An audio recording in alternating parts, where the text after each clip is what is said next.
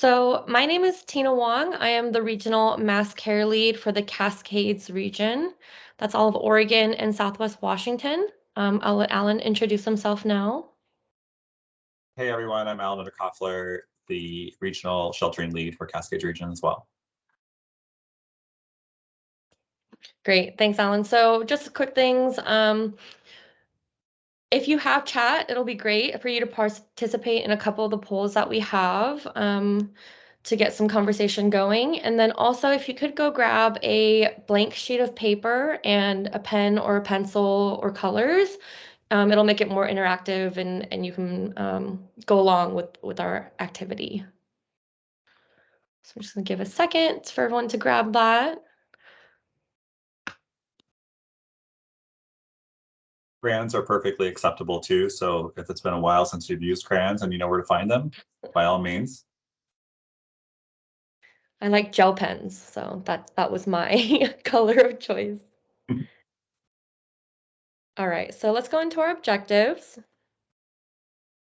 So our objectives today are to understand how to prioritize tasks when opening a disaster shelter, to gain confidence in the process of planning the physical layout of a shelter, and to realize the importance of considering the needs of other activities that may operate within your shelter when you're thinking about the layout. And then lastly, we'll review once again the updated and current operational orders for sheltering. So I just pulled some screenshots of the normal standards of sheltering, standards and procedures. This is section 4. It's about opening shelters. So the standards we have is that we want a shelter opened within 2 hours of deciding to open that shelter. A shelter is opened with a minimum of 2 workers. So you should always have somebody with you to open that shelter up. We want to make sure that the shelter status is updated in our computer information, our national shelter system, within 1 hour of the shelter opening. And you do that by letting Frost know so they can put it into NSS. And then we want to make sure shelter managers are aware of the needs for our pet shelter so that we can provide that information to all workers. And we know that's a really, really important thing for our evacuees. We want to make sure that we give timely services. We'll show you the minimum service standards for a shelter table in the next slide. And then you'll have a shelter manager who's accountable for everybody who's in the shelter. So this is like a general guideline for shelters. Like services should be initiated as quickly as possible to meet the needs of the arriving clients. But in the first 2 hours, it's about having 2 workers at the shelter, a reception open, and security of the building that you're in assured. So you want to make sure that, you know, which doors are open, which ones are locked, where are clients going to come in and out of. And those following 2 hours, if you don't already have food in regards to snacks and water laid out somewhere, if you didn't bring them with you, you want to make sure at the 4 hour mark that you have that snacks and waters out and you're giving those to the clients. And you should also have connection to disaster health and disaster mental health services. So if you're opening the shelter because your DPM, disaster program manager, asked you to do it, you might be calling on regional disaster health services and disaster mental health services. If it's a DRO, you might be referring to the IAP to have that access to those departments. And then lastly, an information area. And this kind of goes into that 24 and 72-hour period as well. It's just something to consider for the future.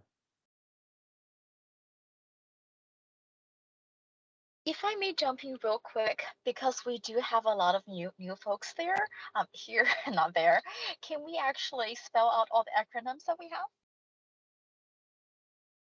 I believe I did, but we will for sure. Go ahead, Tina. All right, yeah, I think the only one he used so far was DPM, which is Disaster Program Manager, but we'll make sure to do that at UA. So here are some of the initial priorities that you want to think about when you come on scene as one of those shelter openers. You want to make sure that you gather the necessary information, supplies, and the materials. So you want to find out who will be with you, that 1 or 2 other people who's going to open the shelter with you, and when they're expected to get there, and where the shelter is going to be. You want to make sure that the shelter trailer has the supplies that you need and it's going to be there when it's going to be there. And you want to try to obtain and distribute snacks and water to clients as soon as possible.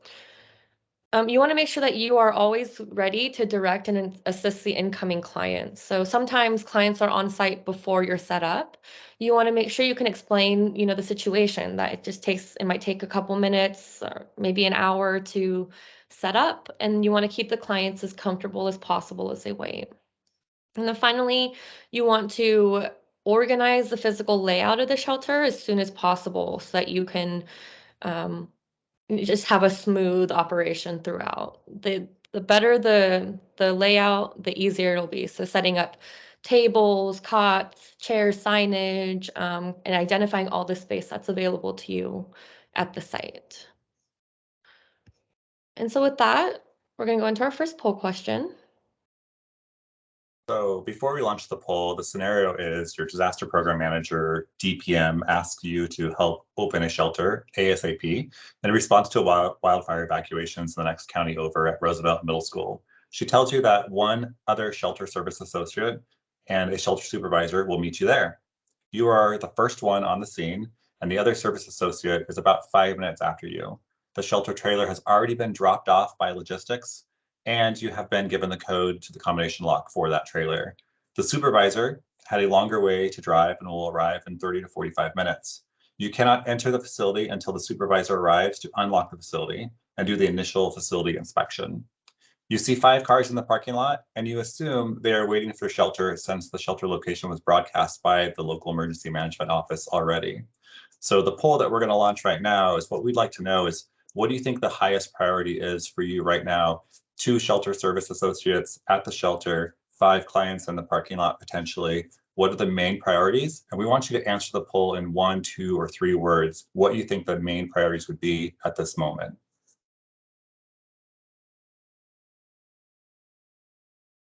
You want me to launch that poll, Tina? Are you going to do it? Oh, can you launch it? And I Yep. will show it on my screen. Not a problem. So you should see that poll now, and you should be able to type in your answers.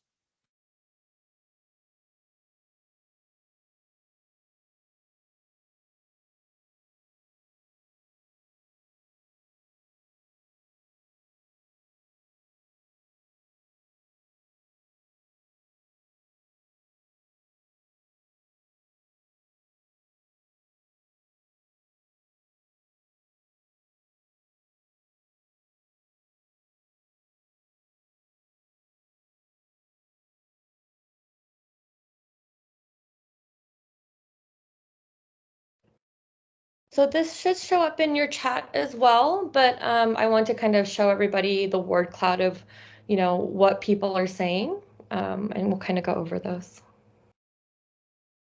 And also keep in mind on these polls, if you're on your phone dialing in, you can't use polls probably. So you're welcome to use the chat as well. But the polls helps us all see it at once. If we all use the chat, it just kind of goes by so quickly. So.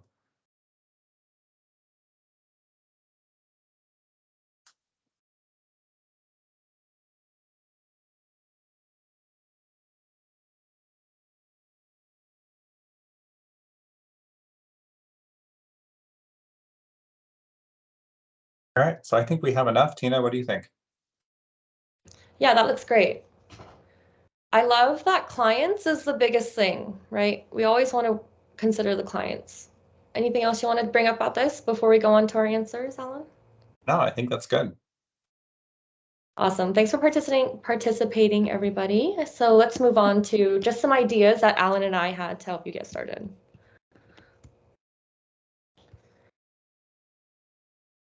So the key priorities is to, like all of you said, address the waiting clients and inform them of the situation, right? You want to gather information to contact clients when the shelter is ready to be opened. If you have time, if you already are in the shelter trailer, you could even start the registration process.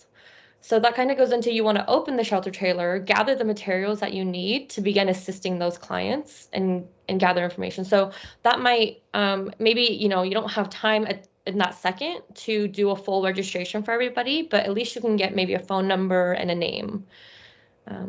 Then you want to make sure you provide those accommodations to keep clients comfortable, snacks, water. If people don't have cars, they were dropped off. Maybe you could find them a seat, or even distribute blankets to keep them comfy. And then you want to set up a central location near where the entrance would be until the supervisor arrives for incoming clients to get more information or to come up and ask questions. And then you can start putting signs up that are in the shelter trailer to indicate the shelter location to kind of guide people.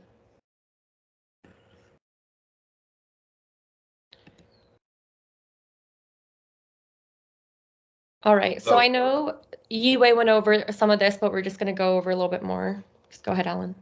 Sure. So I think the most important thing is that the COVID compendium is kind of gone and we're going back to, before COVID with our shelters. The biggest thing on this is that all Red Cross congregate shelter clients and volunteers, regardless of vaccination status, are required to wear a mask inside the shelter, except when eating, showering, or remaining in the designated sleeping area. The caveat is Red Cross does not deny services to any person based only on the refusal to wear a mask.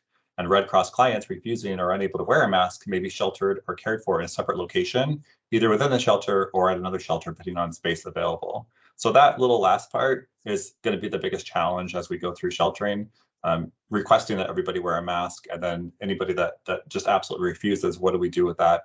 And that'll be very fun in the next few months, I think. And then that next slide is just kind of reiterating the fact that masks are required within shelters. The one thing I wanted to note on here too is that when we share cars together as shelter workers and we have 2 or 3 people in the car, we no longer have to wear masks in the car. But the one caveat that I would say to that is if you have a volunteer that's in the car with you and they request for you to wear a mask in the car because they want that, they're sensitive to that, that as a fellow volunteer that we should honor that. We should honor the requests of volunteers and clients together, right? So if that's something that's a need or a concern for another volunteer, just keep that in mind that you may be asked to still wear your mask in a car when you're with other people. I think that's it for this slide. Yeah, great. So now we're going to start using that piece of paper and your colors or your pen or whatever you have. What I want you to do is we're going to, in the next slide, I'm going to show you a template of the site that we're at. And I want to kind of set the stage, a little bit of a scenario, so you can, have some concrete details to really set up your shelter. So your supervisor has now arrived on site. They've completed the opening facility inspection with the school principal. The supervisor tells you to start setting up the shelter with materials from the trailer, and they tell you that these spaces are available. One large gym, about 100 feet by 60. One smaller gym mat, about 30 feet by 25. There's a small office space, 10 by 10, and then there's 2 bathrooms, and then 2 locker rooms with showers. The school is going to provide you with 10 round tables, 50 chairs, and 4 movable partitions that are about 10 feet tall, 6 feet wide. And they're anticipating about 30 clients, about 13 families that need to evacuate at this time. So let me give you a minute here to draw this map out. It doesn't have to be perfect, and we're going to go through every section of the shelter that you would need to consider together. So all you need to do is just kind of, make these boxes for now. So I'll give you just about 1 minute and then we'll move on. This is where I'd pull out my crayon and start making the box and all the other boxes so I could plan out the shelter. I think it would be good to maybe write out the dimensions along the sides, just so you have an idea of how big the spaces are, and then making sure you know where the doorways are, because doorways are sometimes get in the way of a shelter layout.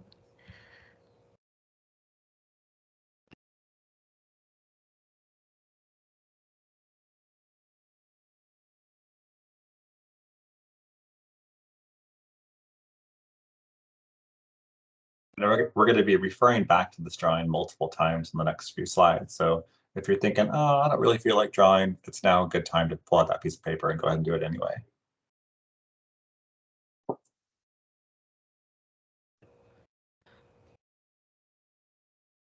The first time I did this, I did it with a pencil because what I thought I knew and what I was, asked to consider were different things. So that might be a good way to go too. Let's take about 30 more seconds here and then we'll move on.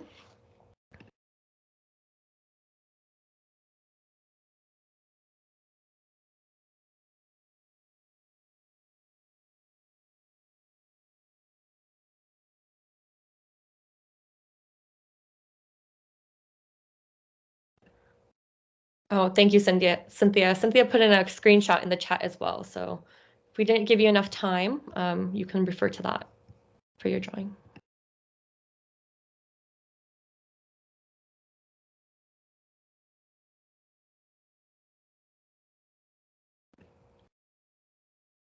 Okay, here I go. All right. So just some additional layout planning calculations for you to think about. If you didn't get all the dimensions on here, now would be a good time to do it. So the space in the main gym is 100 feet by 60 feet, so 6,000 feet. The mat room, which is the room kind of towards the left on the bottom left corner, is 100 feet by 60. I'm sorry, it's 30 feet by 25 feet. And then the athletics room, which is on the right corner, bottom corner, is 10 feet by 10 feet. So your total available space is 6,000 feet in the gym and then an additional 850 feet in those two rooms. The minimum required dorm space, we're going to go for 30 clients here, would be 40 square feet per client. So that's 1,200 feet, which gives you about 5,600 feet for anything else you might want to plan for in your shelter.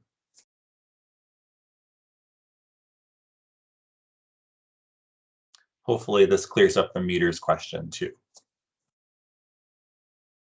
Yeah, conversions are hard. Sorry Yes. about that. It was a European basketball court. Okay, so here are the areas that we're now going to go through individually. After each of these sections, we'll give you a little bit of time to draw it out on your map or decide where you want to put it in relation to your shelter layout. Some things we want to consider before we get going is that registration, should be near the entrance, but you still want to allow for client privacy to be protected. There should be a single point of entry that's always monitored by a Red Cross worker. For the dormitory area, this area usually requires the most space, and you can partition it depending on the needs of your population. If there's more families, if singles would like to be separated by gender, whatever the needs are. And then the feeding area should be accessible from the entrance without having to go through the indoor dormitory area.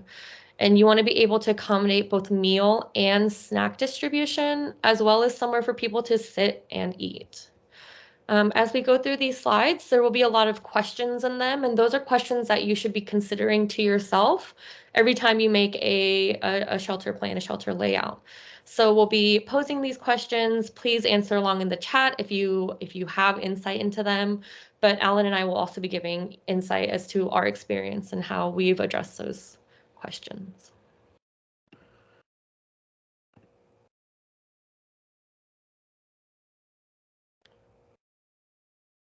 All right, so going into registration and intake area. So the client registration, the most important thing is greeting that incoming potential client, realizing that you might be the first face that they're seeing after just having or going through a highly stressful event.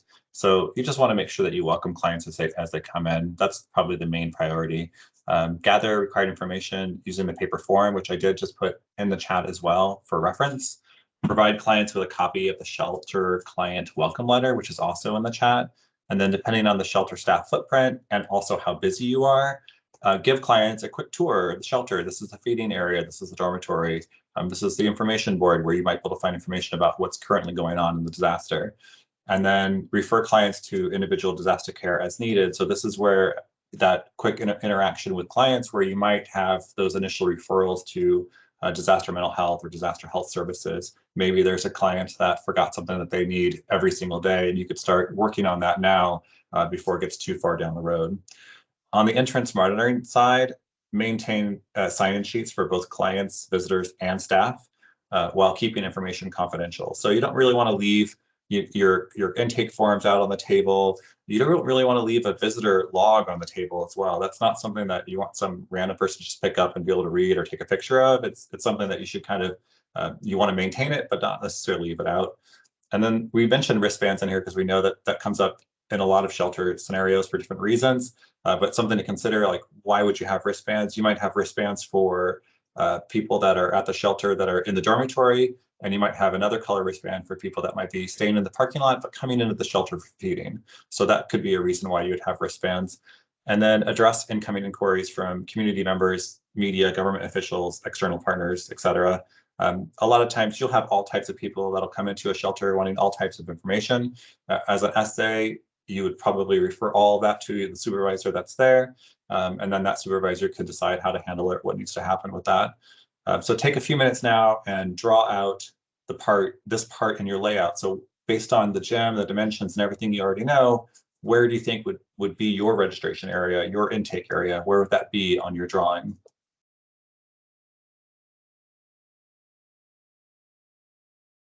Tina?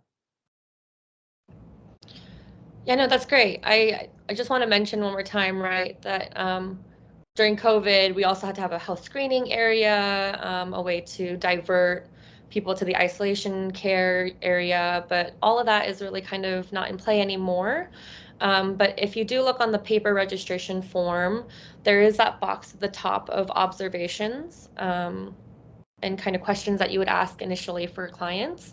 So that's what we're using now is kind of that initial kind of screening. So if you see anyone visibly ill, right, or mention some kind of contagious illness, that's when you would tap into your disaster health services, those resources to make sure that they are diverting those clients to the right spaces. Okay, we're going to move on to the next section, and so that's feeding. So every shelter needs to have a feeding area. When you're opening a shelter, it's highly unlikely that you'll have someone dedicated to feeding. So the shelter workers will also be the feeding workers. So some things you need to consider is how should the food be distributed, right? Who's going to distribute the food? Where is it going to be distributed? How much space is needed for people to receive the food and then eat it? Do you have access to a refrigerator or just a cooler? Can you get that access? Do you have access to a microwave or a water kettle? How does that affect your layout, right? Those things might need or might be in a fixed location. They might be in need outlets, right? So we didn't give you any of those details in the scenario. So, if you wanted to make some details up yourself to kind of think about a real life situation, that's totally fine. People are going to queue up for food at meal times, especially if you advertise them or let people know ahead of time, then there's going to be a line, and you want to make sure that there's enough space for people to be able to do that appropriately. And so how do people even know when mealtime is, right? Do you just tell them by word of mouth? Do you have a sign up? How quickly do you want them to know that information? What other signage would you need posted in this area? These are all kinds of things that you need to consider for feeding. So I'm going to give you another minute or so to draw this area out in your diagram, considering the resources that the school has also given you. Alan, anything you want to add? No, I think that's good.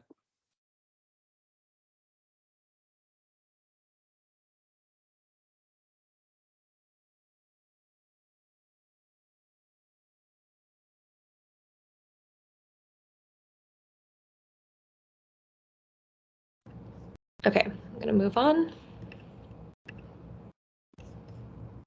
Into the fun part, we're going to go through some dormitory considerations. The biggest thing is, how do you protect the flooring and keep that facility in the same condition as it was when you received it or when you first arrived? I think one of the biggest costs that Red Cross can probably get is if we damage a gem floor, a wood floor. And so many times when you go into a gymnasium, you'll see, we'll do something about that floor. We'll use something to cover that floor to make sure that it's not damaged. If you look at the picture, the picture is really a cement floor. That's more of a convention center where, when they have an event, they'll throw out a bunch of carpet rolls and make it look pretty. So this floor is not something that we have to be too concerned with. We still want it to be in good condition when we leave. It's those wood floors that we really have to be careful of.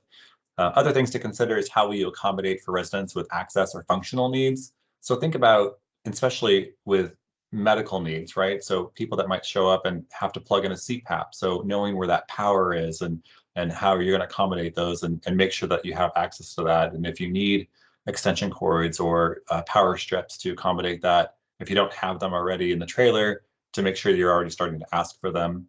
How we identify different cot spaces. So how, when you're laying out all these cots, how are you going to number them or keep track of them, and which client is in which cot? What types of signage is needed in the dormitory, and where would you place it? And then also, how do you handle pets? Is it possible to co-locate a pet shelter at the site? When your supervisor was doing a walkthrough with the site person, did they talk about pets and whether pets could be in the dormitory or in the shelter or in the area, or if there was another location that they might be able to have pets? That would be something that you definitely want to bring up when you're doing that walkthrough. And then lastly, considering the recommended square footage for each client.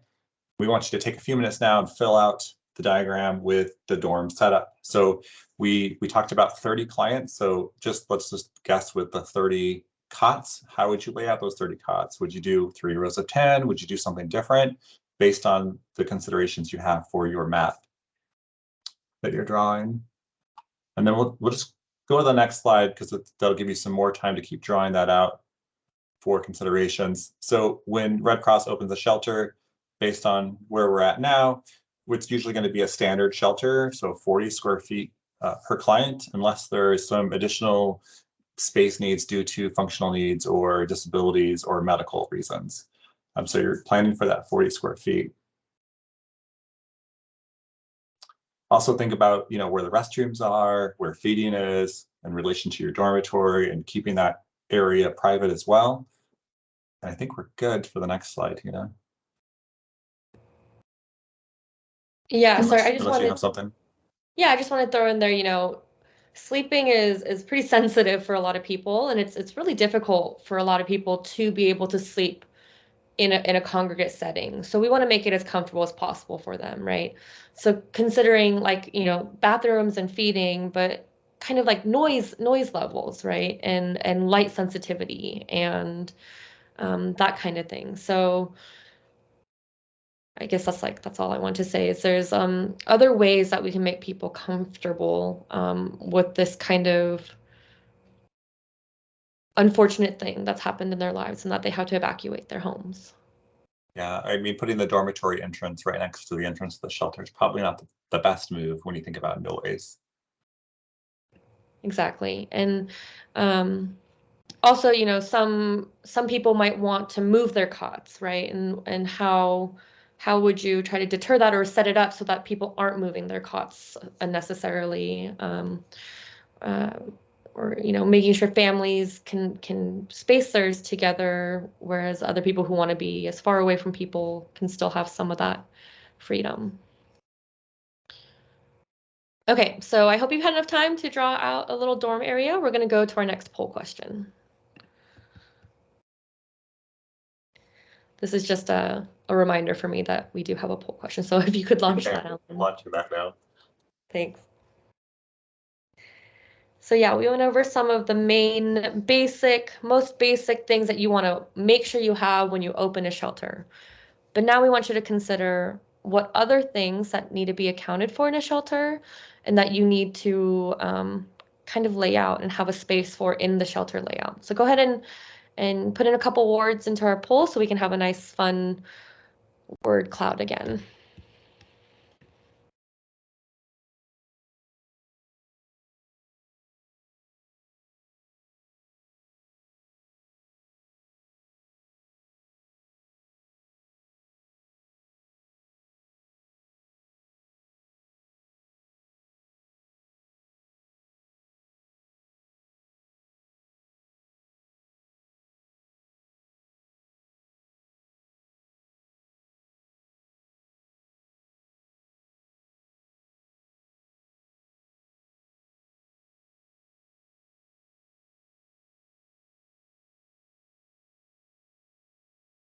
while that word cloud is populating, I just wanted to bring up in this chat this great dorm consideration, considering aisleways and ways for people to move around at night quietly.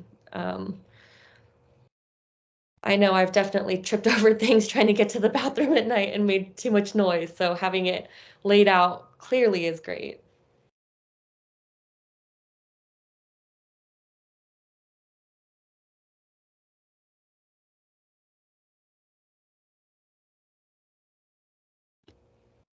I think we got the bulk of them. Yeah, this is great. And I'm seeing some in the chat as well. So some big ones I'm seeing are health services. Let's see here. I saw storage, supervisor space, emergency exits. I like trash cans. Yeah. That's pretty good. Food Yeah. area, Some of these master health details. services, private access area rooms. So awesome. Yeah. I mean, I guess it makes sense that area is a big word in the word cloud. It just pulls it. So word clouds aren't perfect, but that was great. Thank you, everybody. We're going to go into some detail about the other activities that we see commonly in shelters. So we clumped it all together as one of the other activities, individual disaster care or IDC. A lot of people brought up disaster health services. That's great. Having a private little separate area for people to get their medication replacement, some assistance with that, getting appointment or healthcare solutions assisted with, or getting medical equipment put into place. That's something we need to consider in our shelters. Also, disaster mental health is a pretty big one, I would say. There's a lot of emotions in a shelter. There's distress, there's anxiety, sometimes there's anger, there's behavioral concerns, and having a place for people to be able to calm themselves or get some support is important.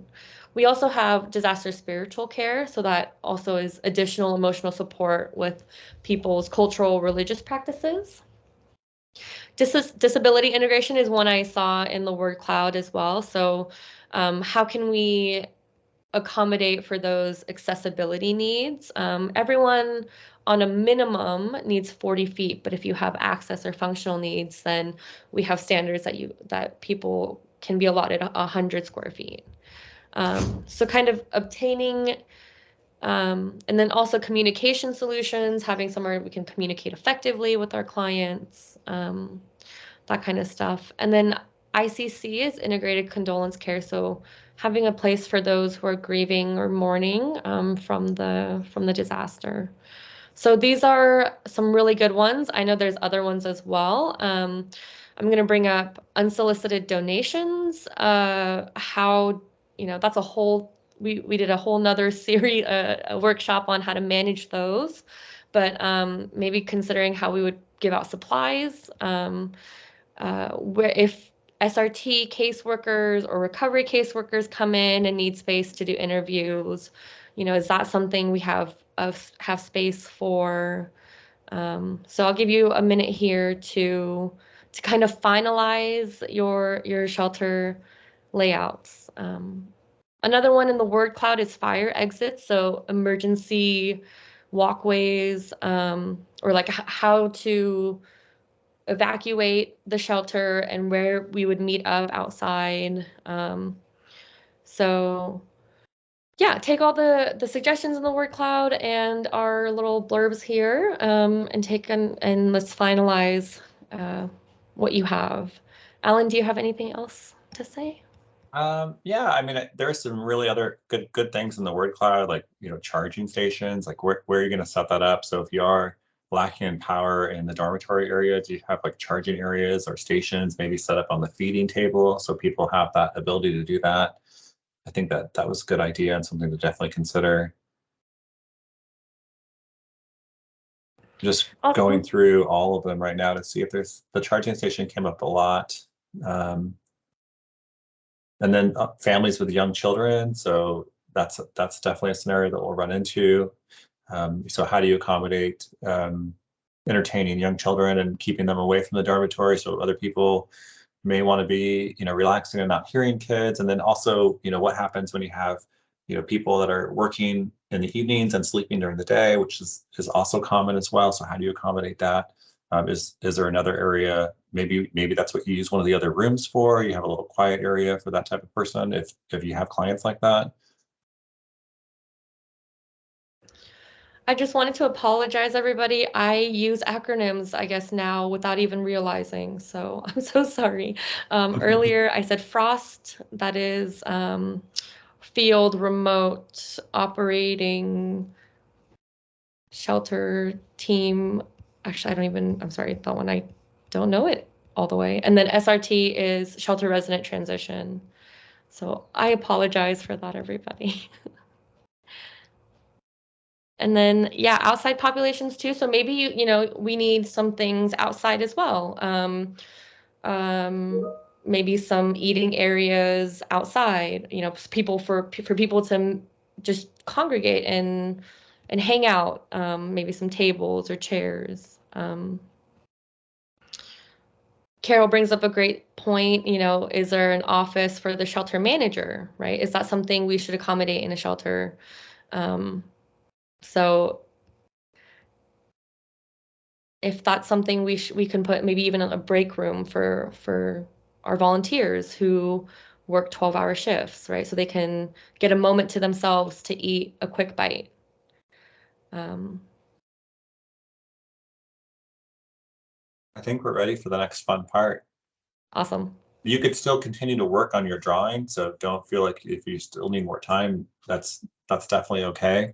But this is the best part, and it's also a little bit challenging. So if you have Teams up on your computer and you've made this beautiful drawing, Tina and I would love to see it. So what we'd like you to do is if you also have Teams on your phone, then you could take a picture of your drawing and then you could go on Teams on your phone and you could share it to this chat. That's the easiest way we could see your drawing, most likely. So if that makes sense to you and you have that skill set, please do that. We'd love to see those drawings. And don't worry, we have a great artistic drawing that's already prepared for you too that we'll show you. So you won't be the only one sharing. And actually, I'm going to see if I can share this one. It's great. Is Al has already shared something he put up. So I'll put that as kind of the first one as people try to get theirs into the chat as well. He made his on his computer, which is great. I would love to see some drawings as well, because when you're opening a shelter, you probably won't have a computer or an iPad open to make this kind of drawing. So you'll have to make it on the fly in 10 minutes, 15 minutes. But let's see here. This is great. So I want to say too, right? There's no perfect shelter layout. There's no one way to do it. And they're all going to be different, and they're all going to be, adjusted on a daily basis as based on your population and the needs that they request. So let's hear this one. There's a registration area right in front of the exterior entrance. Feeding is right to the right of it. Sleeping area is in the very back half, close to the interior doors. It looks like the mat room, the smaller gym was a play area. So really considering our families there. And then we have counseling, which I'm considering we are disaster health services, disaster mental services in the office there. So. And Tina, we did get a new one in chat. So I love it that Tara said, yes, I'll volunteer and put one in chat. So if you could share that with everybody, that'd be cool. Awesome. Let's see if I can open it. Yeah. It's perfect. Great. So let's hear. So it looks like this one's a little bit different. The sleeping area is all to the right of the entrance. So we've got registration. That's pretty common to be right in the front. We've got feeding right behind it. The phone charging station. That's excellent. We've got a play area, some more kind of game social, separating feeding from the dormitory, which has been separated by families, men and women. And then let's see, the mat room has been used for kind of more of our IDC stuff. So this is Also an have a excellent. little isolation area in there too. So I want to be sure we're clear as when we use isolation care for health services would have to be in a um, more separate, like kind of building with its own bathroom. Uh, but if this is like isolation, like a quiet area maybe, or like to be apart, then that I think that would work. So And Hillary shared her drawing. Can't wait to pull that up. Oh yeah, so are we planning for isolation areas? So if we're talking about an isolation care area for COVID, since the COVID compendium has been uh, is now out of play, we don't require an isolation care area. But when we made this exercise, we had put in a week ago, we had put in that the isolation care area was already situated in a separate building that had its own small room and separate bathroom. So you wouldn't have to consider it for this practice. All right, let's see. Wait, Hillary says be nice, Alan, so. She can't come off mute to defend herself, so we could literally say anything we want about Hillary. This is awesome. I've been waiting for this opportunity for months. I'm just Okay, kidding, so Hillary.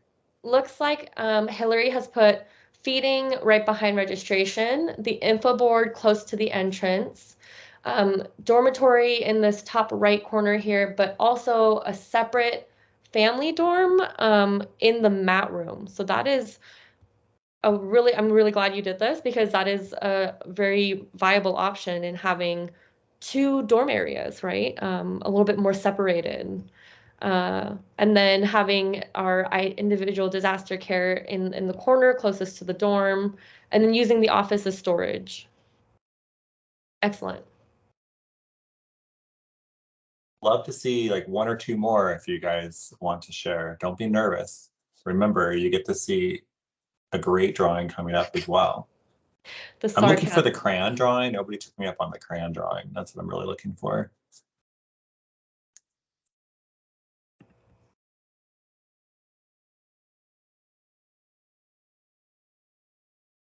All right. If everybody's too shy, Tina, I think it's time to show your masterpiece, maybe. So, like I said, there's no one perfect one. And so I gave myself about 15 minutes to draw this one out. And, some feedback in the chat would be great as to what is good and what is bad about mine. And, what could be adjusted. I'm So not I did naming it on lined anybody, paper. by the I way. usually I usually have a notebook when I go on site. I usually have my gel pens with me. So I color coordinated it, but I put my entrance, right in front of the outside. That's pretty standard. I did a little separate registration table to the side. I did mark the fire exit, but I did not draw fire lines. I put my individual disaster care in the mat room. Feeding up here, dorm. I wanted the dorms near the showers. And I wanted to make sure that there was a Red Cross staff room so that volunteers could take a minute to get away if they needed, and for the manager to be able to store confidential information and take any important meetings. That looks much better than if I would have shared my drawing. So hats off to Tina for volunteering to actually draw one out. Yeah, next time you'll see Alan's. Next time you'll see mine. So let's see, is there anything in the chat about, what could have been improved on mine, or what works and what doesn't? I would put dormitory next to the bathrooms. Yep. You have your chat window over your drawing again if you I want to do. Oh yeah, share the sorry. screen. Oops, Okay. oops. Here we go. Perfect. And I think what Tina talked about earlier too, she mentioned that there is no perfect shelter layout. It's all based on the situation that you're walking into and the staff and that you have, and how much help you have, how many clients are coming in, how quickly you have to do it.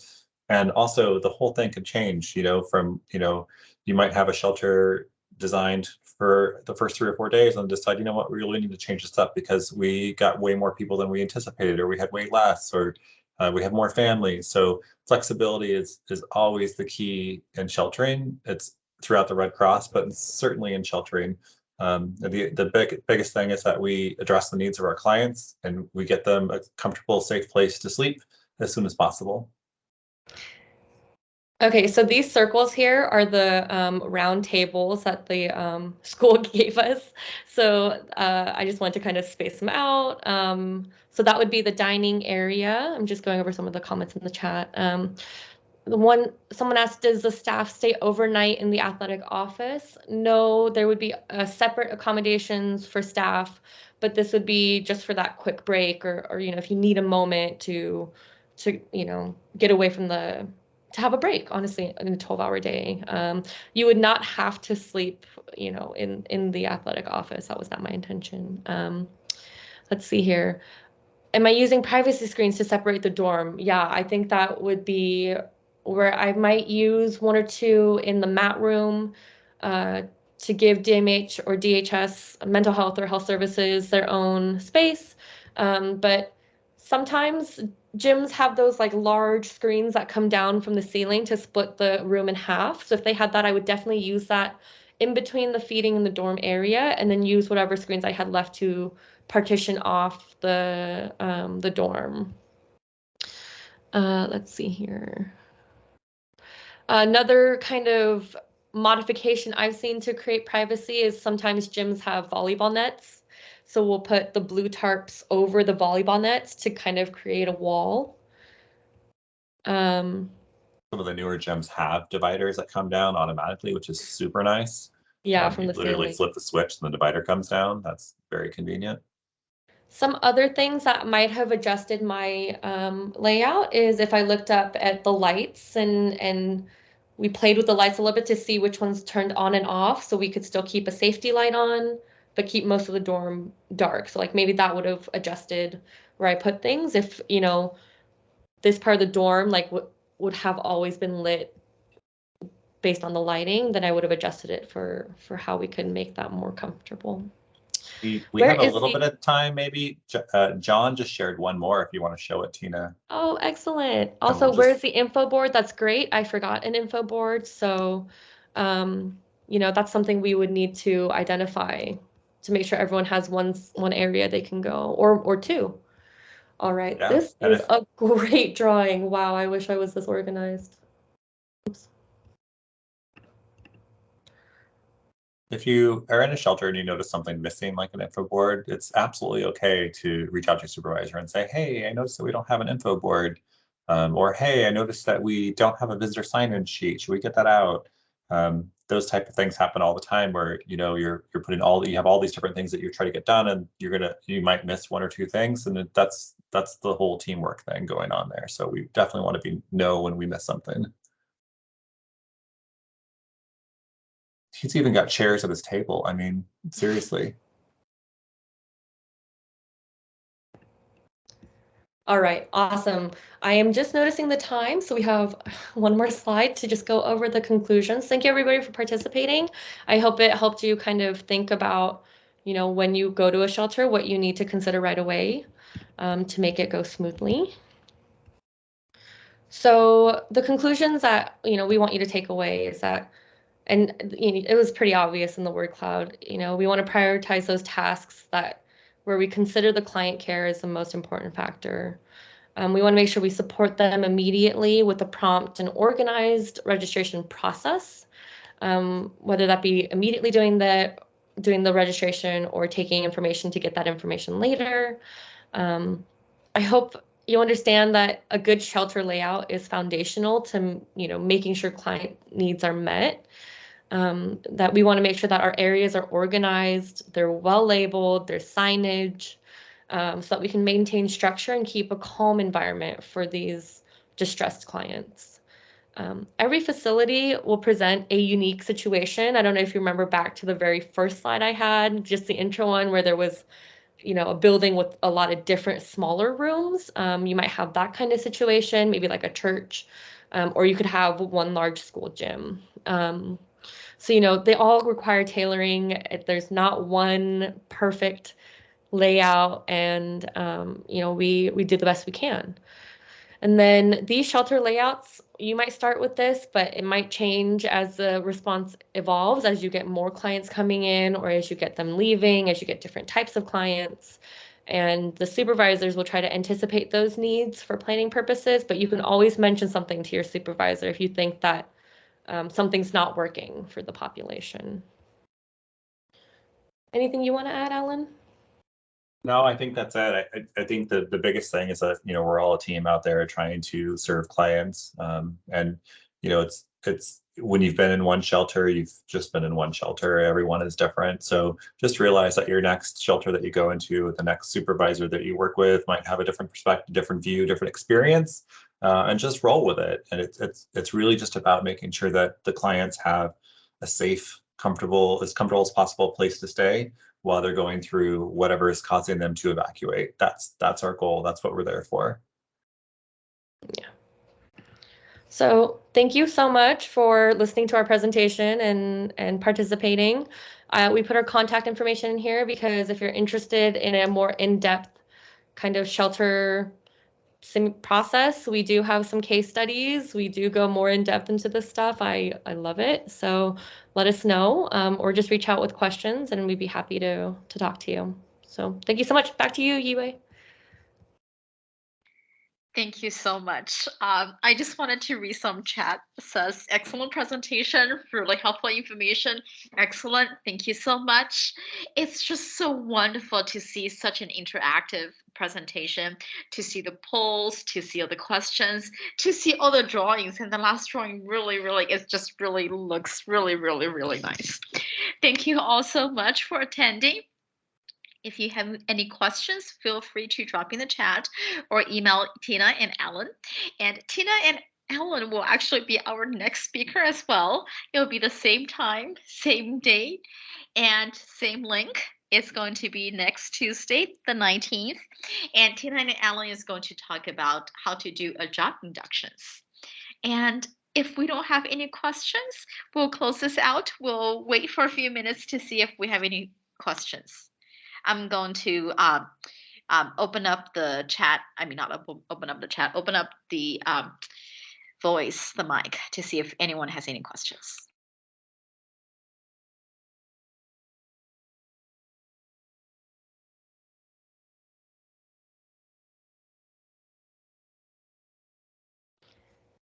Do we have to log our own hours? Which region are you, Diane? Tillamook, Cascade region. I will put in your Did you sign up on Volunteer Connection? Yes. If you signed up on Volunteer Connection, then we'll log your hours for you. Okay, thank you. Yeah, no problem. So for the people attending from Cascades and for the people attending from Los Angeles, we will log in your hours because we created shift tools. For other regions and chapters, I do encourage you to do the same so that people can register and enter their hours as well. But it's not, it's not a requirement that you have to do. Tina, sorry. And then we did have a question about what is a job introduction. So Tina, do you want to take that one on? So job inductions, another word for it is orientation, just basically in processing into deployment. So what to expect, what to ask for, that kind of thing. I don't want to get too into it because that is the whole presentation next week, but it's really just making sure that you know how to be set up for success going into a deployment. I did just post in chat all the materials that we referenced. Just remember that you got to be logged into Volunteer Connection and Exchange to have that link actually populate. We had another question about how do you prevent congestion at a registration area? There's no way to do that really, in the sense of, obviously you have the staff that you have available, the volunteers that you have available. So you really just kind of want to do registration as quickly as possible, but also listen to the clients and engage the clients and kind of meet them where they're at. So that's just part of the process. You may have to have some clients just, get some snacks and water, sit down at a table, and just pull some clients one at a time as you have the ability to do that. That would be my answer. Tina, do you have anything you would add to that? Yeah, I think it is kind of about crowd management more than the layout. Maybe you could pull, the table back a little bit to provide some space for chairs to be sat in a little bit of a line, to make that congestion seem more manageable. At the beginning, we just did that simulation lane where there was quite a few people coming up at once, and it can be overwhelming for the volunteer.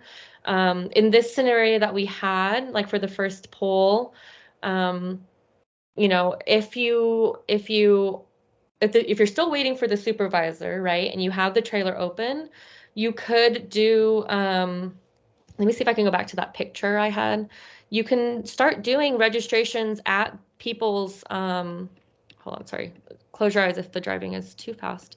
But you can get a clipboard and do it meet the client where they're waiting, so you can get that information before it starts kind of piling up at the entrance. But yeah, sometimes it is difficult to manage that congestion. So I would just say kind of thinking about crowd control, thinking about what's coming ahead and mitigating that.